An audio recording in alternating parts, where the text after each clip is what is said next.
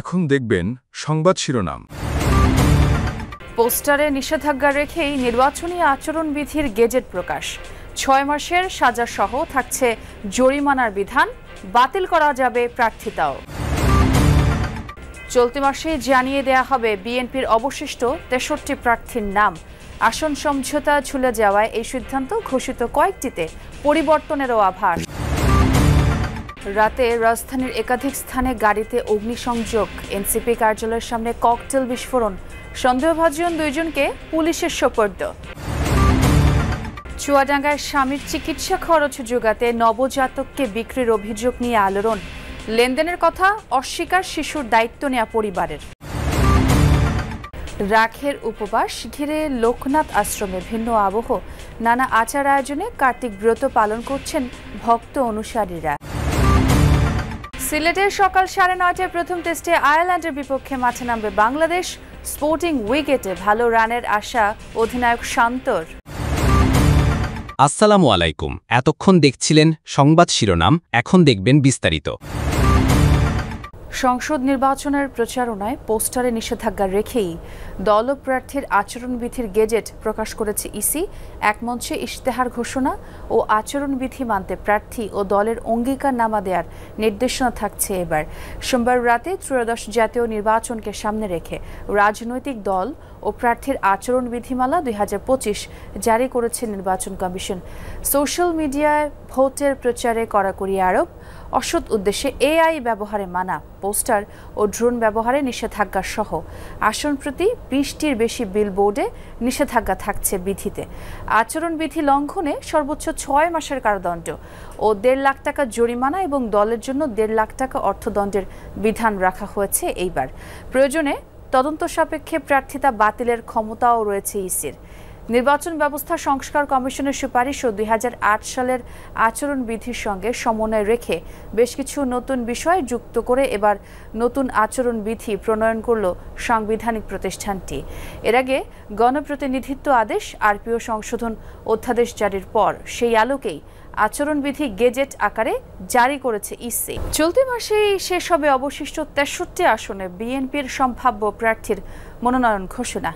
এনসিপির সাথে বিএনপির আসন সমঝোতার সম্ভাবনা কমে যাওয়ায় পরীক্ষিত মিত্রদের দ্রুতই ভোটের মাঠে পাঠাতে চায় বিএনপি। এছাড়া ঘোষিত 237 আসনের কয়েকটিতে প্রার্থী পরিবর্তনেরও আভাস দিয়েছেন বিএনপির নীতি নির্ধারকরা। বলছেন, ক্ষোভ ও অসন্তোষ দমনে বঞ্চিতদের সাথে ফের আলোচনা করবেন শীর্ষ নেতারা। তবুও কেউ জননিরাপত্তা বিঘ্নিত করলে সরকারকে কঠোর হওয়ারও অনুরোধ করেছে বিএনপি। ধান খেতে দাঁড়িয়ে আম্পায়ারের ভূমিকায় রিভিউ আবেদনকারী ব্যক্তির নাম আলাল উদ্দিন আলাল। ফেনী জেলা বিএনপির এই সদস্য সচিব মনোনয়ন বঞ্চিত হয়ে অভিনবেই প্রতিবাদ করেন। আমার বাড়ির কাজের ছেলেটা পর্যন্ত জেলে গিয়েছে। আমার এই অফিসটা 5 বার ভেঙেছে, 7 বার আমি শারীরিকভাবে অ্যাসল্ট হয়েছি। দল এটা রিভিউ করবে, এটা আমার দৃঢ় বিশ্বাস। সোমবার সন্ধ্যার দিকে রাজধানীর ধানমন্ডিতে ল্যাবেইড হাসপাতালের সামনে একটি বাসে অগ্নিকাণ্ডের ঘটনা ঘটেছে। রাত 1:30টার দিকে যাত্রাবাড়িতে একটি বাসে আগুন দেয় দুর্বৃত্তরা। এদিকে রাত 11টার দিকে রাজধানীর বাংলা মোটরে এনসিপি প্রধান কার্যালয়ের সামনে ককটেল বিস্ফোরণের ঘটনা ঘটেছে। এই ঘটনায় 2 জনকে আটকও করেছে আইনশৃঙ্খলা বাহিনী। বিস্ফোরণে 4 জন আহত হয়। সোমবার সন্ধ্যায় রাজধানীর ধানমন্ডিতে ল্যাবেট হাসপাতালের সামনে একটি বেসরকারি বিশ্ববিদ্যালয়ের বাসে অগ্নিকাণ্ডের ঘটনা ঘটেছে। সন্ধ্যা 7:30টার দিকে খবর পেয়ে ফায়ার সার্ভিসের 2টি ইউনিট আগুন নিয়ন্ত্রণে আনে। রাত 1:30টার দিকে যাত্রাবাড়িতে একটি বাসে আগুন দেয় দুর্বৃত্তরা। গত কদিন ধরে রাজধানী সহ দেশের বিভিন্ন জায়গায় যানবাহনে আগুন সহ বিভিন্ন নাশকতার ঘটনা ঘটছে। এসব বিবেচনায় নিয়ে তদন্ত করছে পুলিশ। এদিকে রাত 11টার দিকে জাতীয় নাগরিক পার্টি এনসিপির প্রধান কার্যালয়ের সামনে 2টি ককটেল বিস্ফোরণের ঘটনা ঘটেছে। এতে 4 জন আহত হয়। পালানোর সময় 2 জন সন্দেহভাজনকে ধরেছে এনসিপি নেতাকর্মীরা। আমি কোনো কিছু বুঝে ওঠার আগেই এমন বিকট সাউন্ড হয়েছে, আর এর বাইরে আমি কোনো কিছু বলতে পারি না। আমি ধারণা করছি এগুলা আওয়ামী লীগই হবে, তাদের সন্ত্রাসী বা তাদের যারা আছে, যারা আবার বাংলাদেশের পরিস্থিতিকে অস্থিতিশীল করার চেষ্টা করছে, সেই চক্রটি আবারও প্রথম টার্গেট হিসাবে আমরা দেখেছি গণ অভ্যুত্থানের পর থেকে বিভিন্ন জায়গায় তারা এনসিপির নেতাকর্মীদেরকে টার্গেট করেছে। স্বামীর চিকিৎসা খরচ জোগাতে এক নবজাতককে আরেক দম্পতির হাতে তুলে দেওয়ার অভিযোগ উঠেছে চুয়াডাঙ্গায়। অনেকটা গোপনে শিশুকন্যার পরিচয় বদল হলেও বিনিময়ে লেনদেন নিয়ে উঠেছে অভিযোগ। আর বিষয়টি জানাজানি হলে এলাকায় আলোড়ন সৃষ্টি হয়। যদিও শিশুর দায়িত্ব নেওয়া পরিবারের দাবি, লেনদেন ছাড়াই দায়িত্ব নিয়েছেন তারা। আমার স্বামী আজ যাতে পুষ্টি পাই তাহলে তার আমার নিজের সন্তান আমি কেউ কোলে দিতাম না, আর মানুষের কথা আমি শুনতাম না। আমার কেউ এক গ্লাস পানি দেওয়ার মতন লোক নেই গো। গত 28 অক্টোবর চুয়াডাঙ্গার দর্শনার একটি ক্লিনিকে তৃতীয় সন্তান হিসেবে কন্যা শিশুর জন্ম দেন ইসমতারা খাতুন ও মিকাইল হোসেন দম্পতি। আকন্দবাড়িয়া আবাসনে বাস করা দম্পতি চিকিৎসা খরচ জোগাতে সেদিনই কন্যা শিশুটিকে তুলে দেন আরেক নিঃসন্তান দম্পতির হাতে।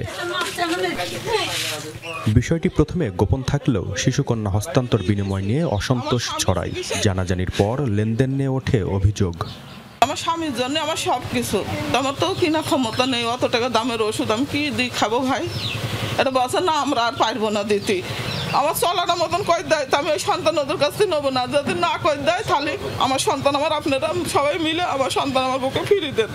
প্রতিবেশীরা বলছেন স্বামীর চিকিৎসা খরচ ও অস্ত্রোপচারের ব্যয় মেটাতে তৃতীয় কন্যা সন্তানকে অন্যের হাতে তুলে দিতে বাধ্য হয়েছে দরিদ্র পরিবারটি। তবে দায়িত্ব নেওয়া পরিবারটির দাবি কোনো লেনদেনের প্রসঙ্গ ছিল না, বিনা দাবিতেই হস্তান্তর হয়েছে, সম্পন্ন হয়েছে এফিডেভিটও। সেই পরিবারের সাথে আমরা যোগাযোগ করি, বাচ্চা যদি আপনারা দেন তাহলে আমরা নিতে ইচ্ছুক। কোনোই দাবি ছিল না। তখন তারা জানায় যে আপাতত হসপিটাল খরচটা দিলেই আর বাচ্চা যদি ভালো থাকে এটাই তাদের চাহিদা। যত সরকারি কার্যক্রম থাকে ওইটা কমপ্লিট করার পরে আমরা বাচ্চাটা নিচ্ছি। ধূপের ধোঁয়া যতদূর পর্যন্ত ছড়িয়ে পড়ে তত দূর পর্যন্ত রোগ শোক থেকে মুক্তি মেলে, এমন বিশ্বাস থেকে ব্রত পালন করে আসছেন লোকনাথ ভক্তরা। এটি পরিচিত রাখের উপবাস বা কার্তিক ব্রত নামে। ১৫০ বছর ধরে ঐতিহ্যবাহী এটি আয়োজিত হচ্ছে লোকনাথ ব্রহ্মচারী আশ্রমে। প্রতি বছর কার্তিক মাসের ১৫ থেকে ৩০ তারিখ পর্যন্ত প্রতি শনি ও মঙ্গলবার এই ব্রত অনুষ্ঠিত হয়। নারায়ণগঞ্জের বারোদি গ্রামের এই আয়োজন নিয়ে অন্ধকার দূর করে প্রদীপের আলো, ঘি ঢেলে চলতে বসিয়ে শেষ মুহূর্তের প্রস্তুতি ভক্তদের। কলার খোলে সাজিয়ে নিচ্ছেন সারিবদ্ধভাবে, সঙ্গে ধূপদানি। প্রার্থনার সরঞ্জাম নিয়ে লোকনাথ ব্রহ্মচারীর আসন মন্দির ঘিরে চারপাশে সারিবদ্ধভাবে বসেন ভক্তরা। মনোবাসনা পূরণে কায় মনোবাক্যে প্রার্থনার এ আয়োজনই কার্তিক ব্রত। এই আচারটি রাখের উপবাস নামেও পরিচিত। শেষে সূর্য ঢলে পড়ে পশ্চিম আকাশে, ঘণ্টা আর উলুধ্বনিতে অন্ধকার দূর করতে প্রদীপ জ্বালান ভক্তরা। শুরু হয় কার্তিক ব্রতের মূল প্রার্থনা। কলেরা ও বসন্ত থেকে রক্ষা পেতে এ আয়োজনের নির্দেশ দিয়েছিলেন লোকনাথ ব্রহ্মচারী। প্রতি বছর কার্তিক মাসের ১৫ থেকে ৩০ তারিখ পর্যন্ত প্রতি শনি ও মঙ্গলবার এই ব্রত অনুষ্ঠিত হয় নারায়ণগঞ্জের বারোদি গ্রামের লোকনাথ ব্রহ্মচারী আশ্রমে।